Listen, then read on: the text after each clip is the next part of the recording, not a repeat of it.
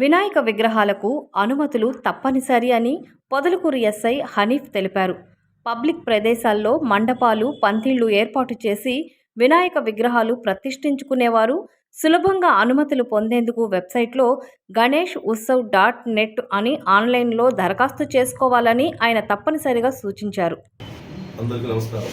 ముందుగా వినాయక చవితి శుభాకాంక్షలు in advance.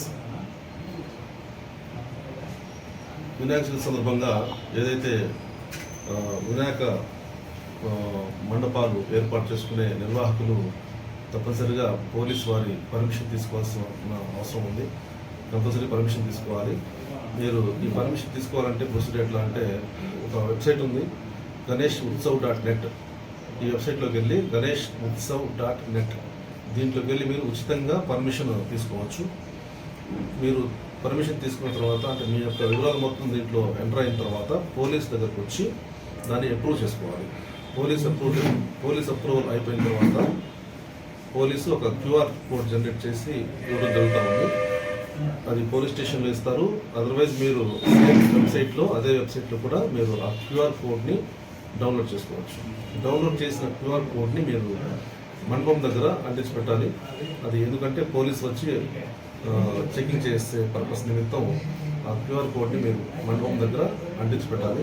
వచ్చి ప్రతి మండపం దగ్గర క్యూఆర్ కోడ్ ఉందా లేదా పోలీసు వెరిఫై చేస్తారు.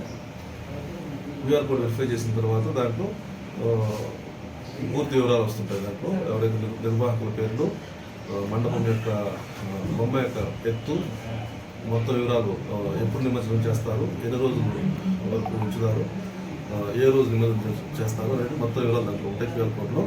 సో కంపల్సరీ మీరు ప్రతి బొమ్మ దగ్గర క్యూఆర్ కోడ్ కలిగి ఉండాలి. క్యూఆర్ కోడ్ రావాలంటే ముందుగా మీరు ganeshutsav.netలో అప్లై చేసుకొని, అంటే మీ క్రెడెన్షియల్స్ మొత్తం పొందుపరుచుకొని ఆ తర్వాత పోలీస్ దగ్గరకు వచ్చి అప్రూవ్ చేసుకోవాలి. అప్రూవ్ చేసుకున్న తర్వాత క్యూఆర్ కోడ్ ఆటోమేటిక్గా జనరేట్ చేసి ఇస్తారు.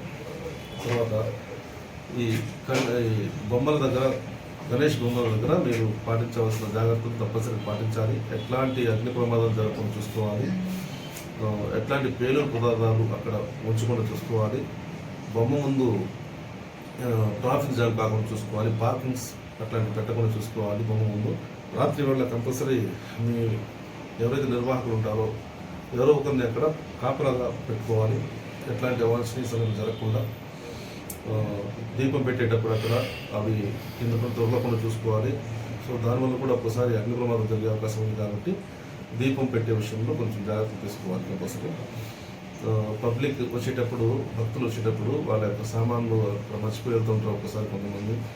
ఆ సామాన్లు వాళ్ళ బ్యాగులలో అగ్నిని ప్రేరేపించే వస్తువులు ఉండొచ్చు. సో అవి వాటి విషయంలో జాగ్రత్తగా ఉండాలి. అవి